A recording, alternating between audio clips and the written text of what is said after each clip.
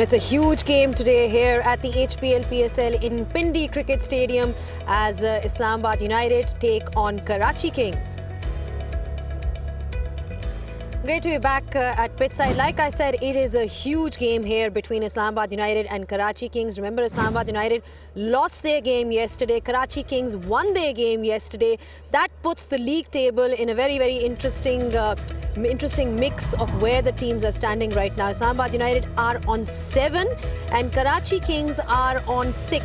So it's just 1 point that puts them apart.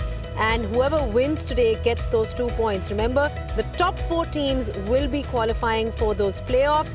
And just because of the fact that Karachi Kings won yesterday and Islamabad United lost, it's made the league table rather interesting.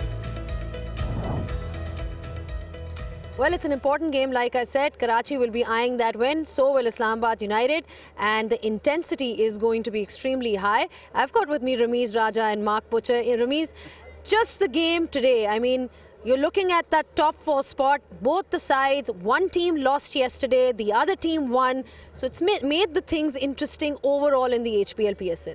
Indeed, yes, but I don't think the teams will be looking at that table and shivering in the dugout. I think what needs to be done out there is important. So read the pitch, read the conditions and learn from your mistakes. Islamabad United were rolled over in the first 6 or 7 overs and that was end of that run chase, but you know they have the potential. I think Karachi Kings, looking at the tables, are better suited to maybe qualify for the playoffs because A, they're upwardly mobile, they played a lovely hand. You know, getting out a team, getting full 10 wickets was a big deal from Shan Masood, and I thought he led the team extremely well. So more often than not, Butch, we've seen in tournaments, it's all about picking momentum. You know, that win yesterday from Karachi is definitely going to give them a lot of confidence. And Islamabad United, the timing of that loss was also wrong. Well, the big issue for Islamabad United, as far as I see it, is the fact that they've only got 2 games left. So if they lose against Karachi today, the best they can do is 9 points. They've already got 2 teams above them on 9. Karachi win, not only do they go above them, they also get the chance to finish on 12. So it almost puts Islamabad out of the picture. So this game is absolutely huge. Yesterday was a massive day for Karachi, not only in the fact that they won and knocked out Lahore. Lahore also helped them out by smashing Islamabad and keeping the table much, much closer. That game in hand is going to be absolutely crucial. And if Karachi Kings win today, then they are very well placed to finish in the top 4. And they've got 3 more games to play instead of 2, which Islamabad United have. So they definitely have a great chance at this point of time.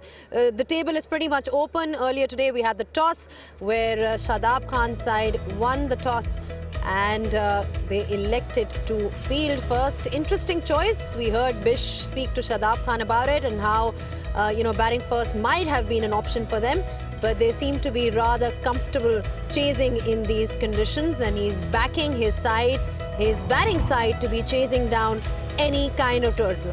All right, Karachi Kings then, they've gone unchanged, Ramiz.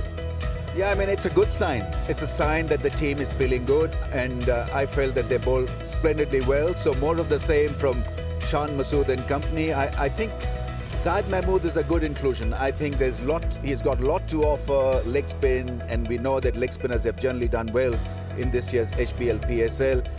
So they are upwardly mobile, they have the rhythm and the momentum, which is critical, especially in T20 cricket. Absolutely. Whereas Islamabad United, a couple of changes for them. They are resting their premier fast bowler Naseem Shah alongside Roman Rice, which is a huge call considering the game that we have tonight. Yeah, I'm not entirely sure it's a case of resting them, because you wouldn't rest them for a game like this. Lahore Qalandars, not only did they beat Islamabad United last night, but 2 things happened. Ruman Reyes got hit on the boot by Zaman Khan, very last ball of the innings, which I think has knocked him out of the game because it smashed him on the top of the, smashed him on the top. Waqar Younis style, hit him on the foot. And of course Naseem Shah got hit by Shaheen Shah Afridi's throw that came in and hit him on the calf, and he was really struggling at the back end there. So not only did Lahore Qalandars take 2 points off Islamabad, they'd knocked out 2 of their best bowlers as well. Matthew Forde is a really good young West Indian bowler. He had a terrific series in T20 against England not so long ago, just after the new year. Tamil Mills, we all know about him, high pace, good variations at the death, and Hyder Ali comes in to replace Jordan Cox. So Islamabad United in a bit of flux, and not by choice. They've been forced into it, and they need to hope that those guys coming in to replace the ones that have done very, very well are equally good. Well, it's interesting because Shadab Khan used the term rested, whereas, like you rightly pointed out, we've got... I don't believe him. Ramesh, do you believe him at all? Because he spoke about how they're rested. In fact, we saw what happened yesterday. I don't believe him. All right, we've got Butch and Rambo both. They're not really believing what Shadab Khan is saying, but let's have a look at what happened exactly to Naseem Shah, which is why he's quote-unquote resting or whatever the case will be. But yeah, that was a pretty sore blow, Butch. It was a direct hit right in the middle of the calf, and then for the next, well, he was down for the next 5 or 6 minutes, and then for the rest of his innings at the crease, he could barely move.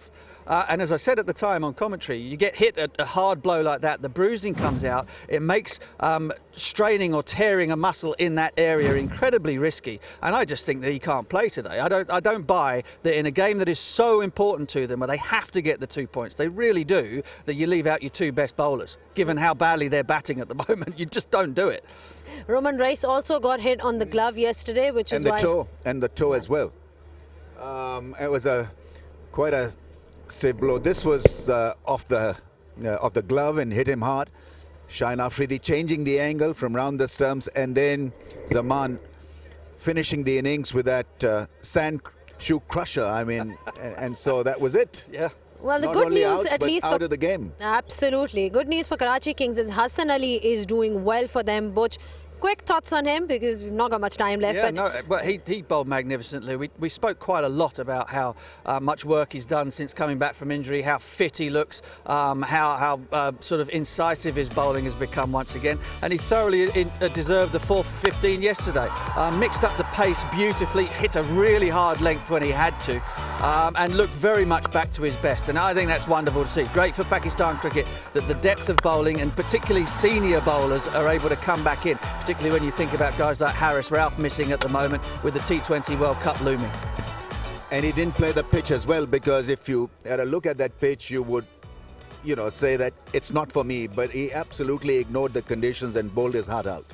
Well, like you heard it from Ramiz and Butch, that they are upwardly mobile right now. Karachi Kings, Hassan Ali getting in form just at the right time, and then you've got Islamabad United. They've got a few things that they need to figure out, especially that top order. Thank you so much for your thoughts, Ramiz and Butch. We're seeing Alex Hales and Colin Munro. They definitely need runs up the order. They've got somebody like Azam Khan down the order, but it's going to be a fantastic contest overall. The crowds coming in nicely. It's been the one thing that we often speak about, has been the best thing about the HBL PSL.